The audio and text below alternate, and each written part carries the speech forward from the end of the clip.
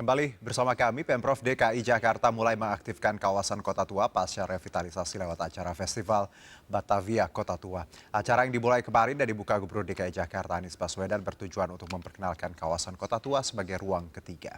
Untuk penataan trotoar hingga penertiban pedagang kaki lima saja, proyek ini memakan biaya 65 miliar rupiah. Beberapa trotoar, ruas jalan juga dirombak dan dilengkapi fasilitas pendukung seperti shelter bus Transjakarta, air mancur, dan lampu jalan. Total luas fasilitas pejalan kaki yang tersedia pasca revitalisasi mencapai 329.000 meter persegi. Jalanan di depan stasiun Jakarta Kota misalnya kini telah disulap menjadi kawasan pejalan kaki yang luas. Proses pengerjaan revitalisasi kawasan Kota Tua sudah hampir 100% dan diperkirakan akan rampung sepekan lagi.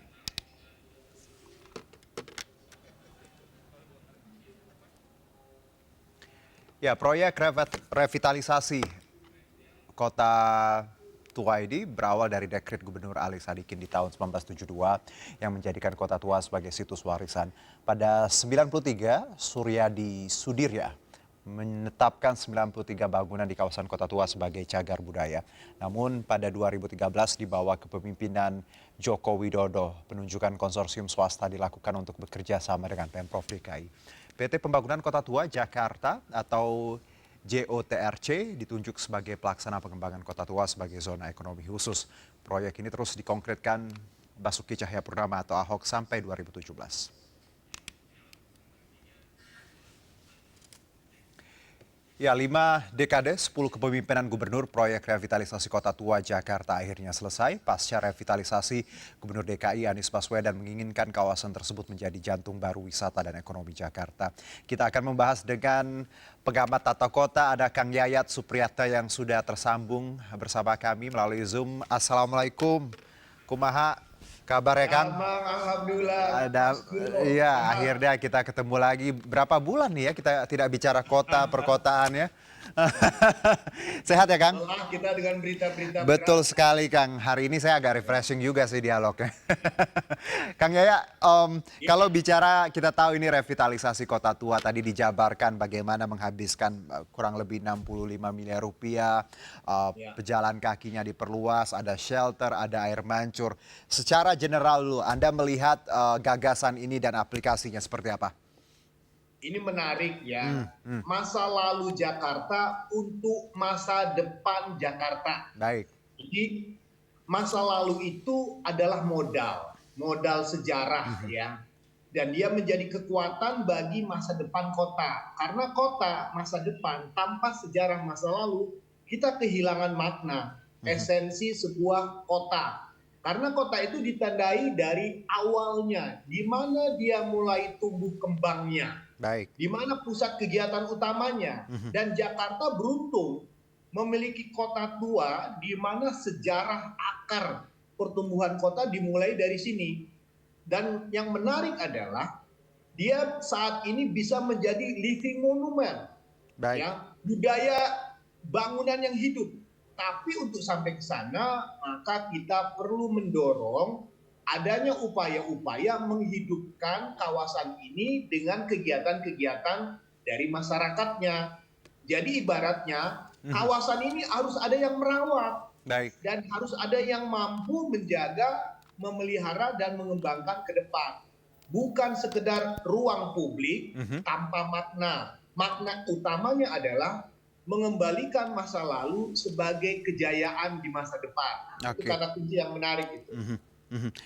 Kalau bicara mengenai fasilitas yang dibangun, ada uh, fasilitas pendukung seperti shelter, bus Ya, Transjakarta tadi, pejalan kaki. Sementara kita tahu minat jalan kaki atau tadi di ibu kota kan memang minim sekali. Kalau kalau ada beberapa fasilitas yang dibangun ini, apa yang bisa Kang Yayat kritisi di sini yang harusnya juga ada atau harusnya dihilangkan?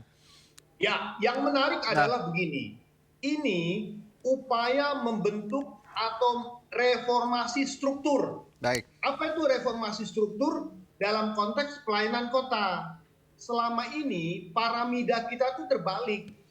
menempatkan mobil sebagai alat mobilitas utama. Betul. Jadi kebalik ya, mobil nomor satu. Harusnya yang nomor satu itu pejalan kaki. Jadi revitalisasi kota tua itu adalah mengembalikan piramida utama, kota itu harus mengutamakan bagi pejalan kaki. Nah, di sini kan luar biasa. Jalan utama yang tadinya banyak digunakan oleh kendaraan-kendaraan roda 4, menghasilkan polusi, ini free sama sekali. Ini menunjukkan komitmen bahwa kota tua itu menjadi kawasan dekarbonisasi. Kawasan bebas polusi, minimal bisa mengurangi emisi dari karbon yang semakin meningkat di Jakarta. Dan kalau bisa yang menarik adalah kota tua bisa menjadi kawasan percontohan. Karena dia di sana tidak begitu banyak kepadatan kegiatan dibandingkan Tamrin Sudirman. Ya.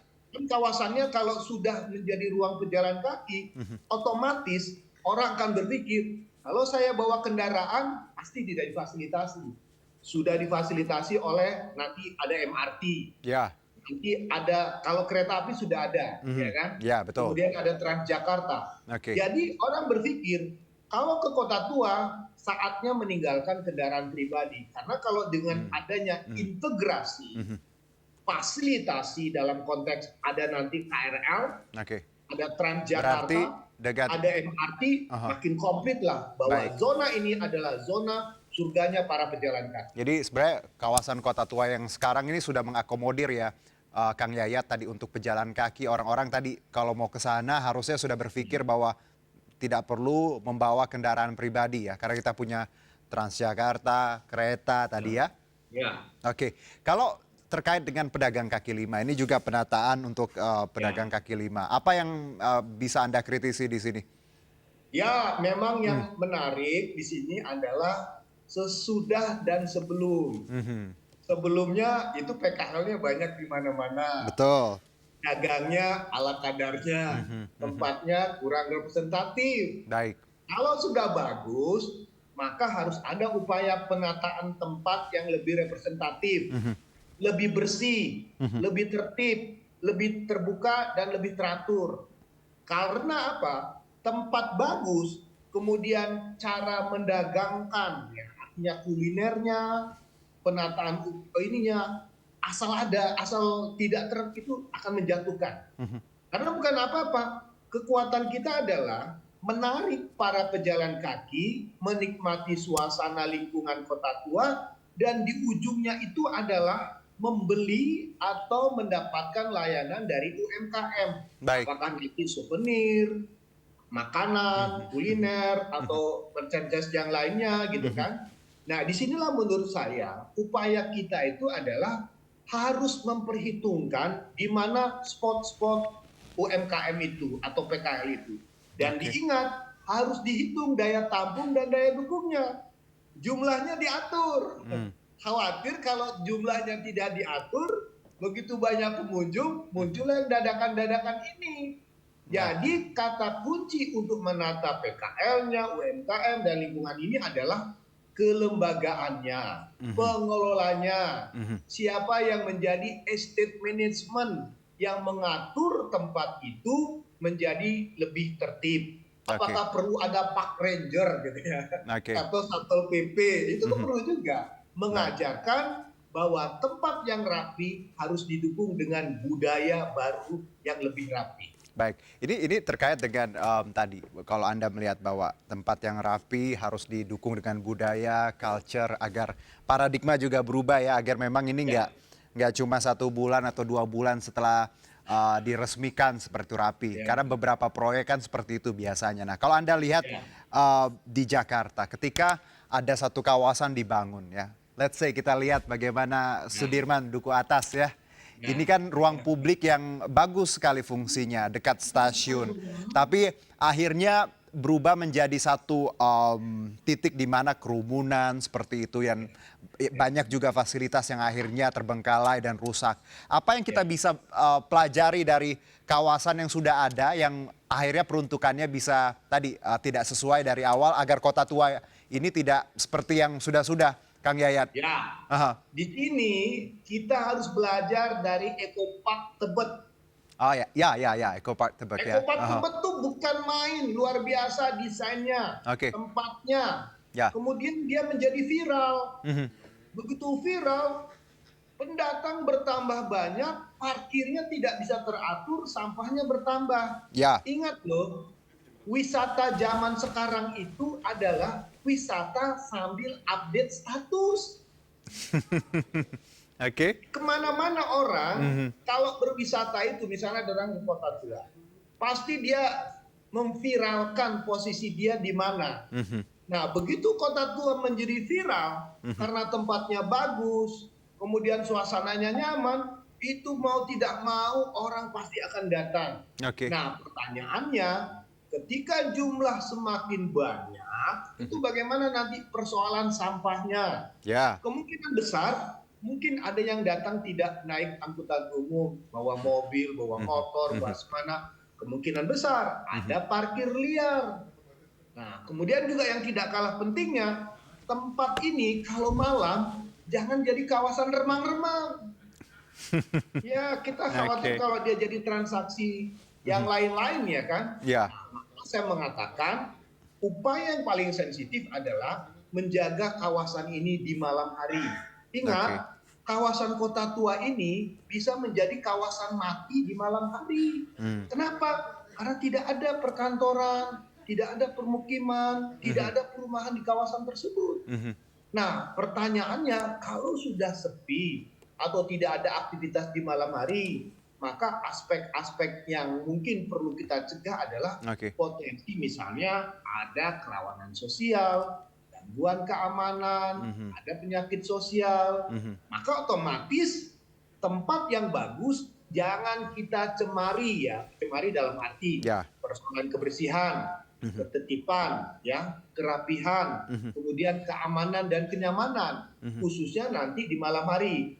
Maka kita menyarankan perlu tidak ada semacam aturan, ya, misalnya ada papan peringatan, atau ada aturan yang mengingatkan jam berapa sampai kapan kota tua bisa dikunjungi. Berarti ada jam malam seperti itu ya, Kang Yayat ya? Ada jam malam seperti itu ya, Kang Yayat ya? Karena kalau kita tahu beberapa kawasan kan orang bisa kapan saja datang. Jadi harusnya untuk kota tua bisa tadi ada maksimal berkunjung jam berapa gitu ya, Kang Yayat?